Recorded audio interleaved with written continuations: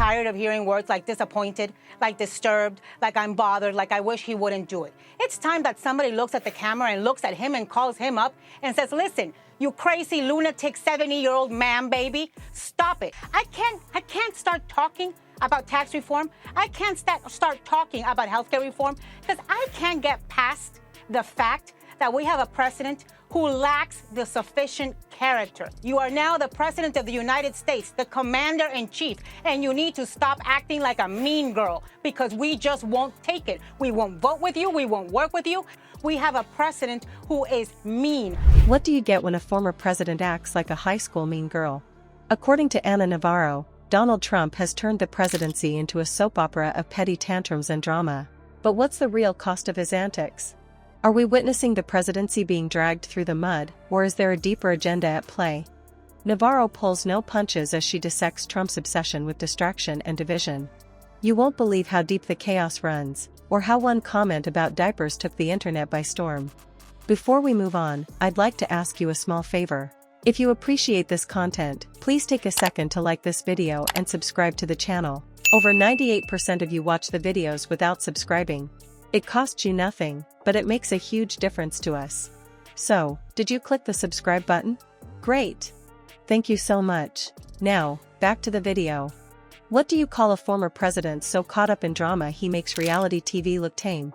Anna Navarro didn't mince words when she called Trump out for acting like a mean girl on live television, and honestly, she might be onto something.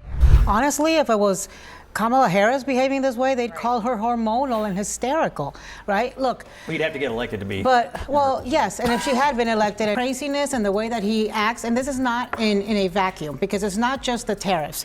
It's the first thing he did was attack Panama, Greenland, Denmark, Canada, allies. With these tariffs, again, went in with a sledgehammer, caused fear, destruction, distrust, when it could have been done with a scalpel in a strategic way. That's just not the way he operates. During a fiery panel discussion, Navarro compared Trump's antics to something out of high school: petty rivalries, low blows, and insults so juvenile they'd make Regina George blush. But her takedown didn't stop at his behavior. She argued that his obsession with turning the presidency into this circus of ego and grudges has done serious damage to the dignity of the office. Navarro didn't hold back when pointing out how Trump often targeted women in particular. Whether it was insults about looks, weight, or just creepy fixations in general, she painted a picture of a man stuck in a middle school mindset. Remember when Trump called Carly Fiorina's face unappealing? Or when he ridiculed Stormy Daniels with those weird, cheesy nicknames?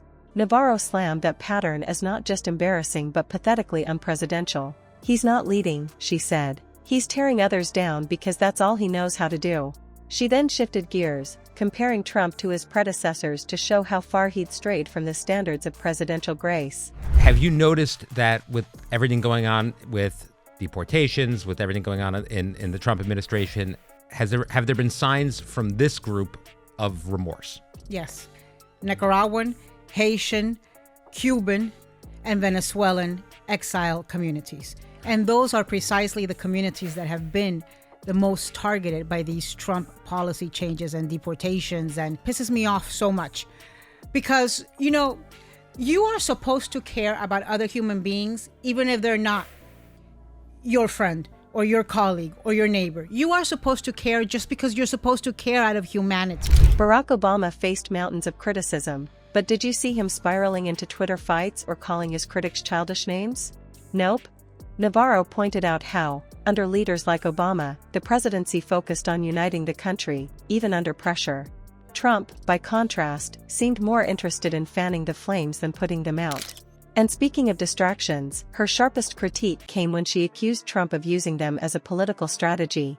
She recalled the alleged digital coup Navarro believes was designed to distract from serious issues, like the Epstein scandal. From divisive tweets to constant chaos, Navarro said these weren't just random outbursts, they were part of a bigger game plan to keep the public looking anywhere but where it mattered. With every insult and every tantrum, Trump normalized division and chaos, and in her words, dragged the nation to his level. When I first saw the tweet this morning, I was frankly disgusted. I thought to myself, this dude has got such a fixation with women and blood. What is wrong with him? You realize that what he is doing is not just acting for Donald Trump. He's acting for all of us. He's acting for our president. And he is embarrassing. He is shameful. He is disgusting. And then you remember that this dude, this disgusting dude, is the president of the United States. And you realize just how much he is diminishing the presidency of the United States. But the most biting statement? Navarro didn't just call it embarrassing. She called it shameful. And according to her, it's not the end of the story, it gets uglier. Is it revenge or just a desperate attempt to stay relevant? When Anna Navarro criticized Trump's bizarre proposal to rename the Kennedy Center Opera House after Melania Trump, she called it exactly what it looked like, a self-serving stunt. According to Navarro, the move wasn't just tone-deaf, it was also an insult to the Kennedy legacy, which was about uplifting the arts and supporting culture. The real question she raised was, has Melania ever even been to the opera? Navarro joked that slapping her name on a landmark dedicated to the arts felt as random as renaming NASA after Trump himself. But Navarro didn't stop there. She argued that this wasn't just about a building, it was part of a broader pattern of Trump rewriting history to fit his inflated sense of importance.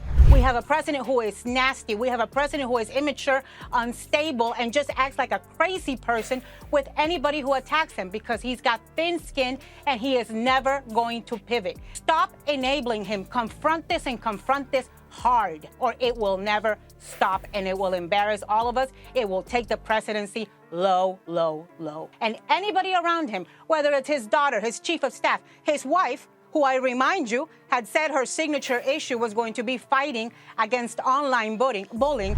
Navarro claimed this was less about honoring Melania and more about hitting back at the Kennedys, a family long celebrated by Democrats and culturally untouchable.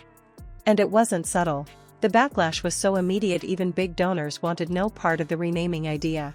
Navarro noted how the proposal felt like a cheap rebranding tactic meant to erase what came before, rather than add any real legacy.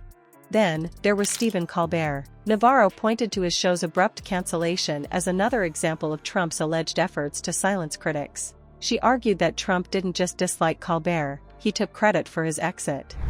And the cruelty that is being exerted on the Latino and immigrant community is boundless. And I think it's gotten to a point where you just can't avoid it. You really have to try hard. But more and more people are realizing that when they thought they were voting for somebody who was going to deport criminals and rapists and bad guys and gang members, that's not the people getting deported.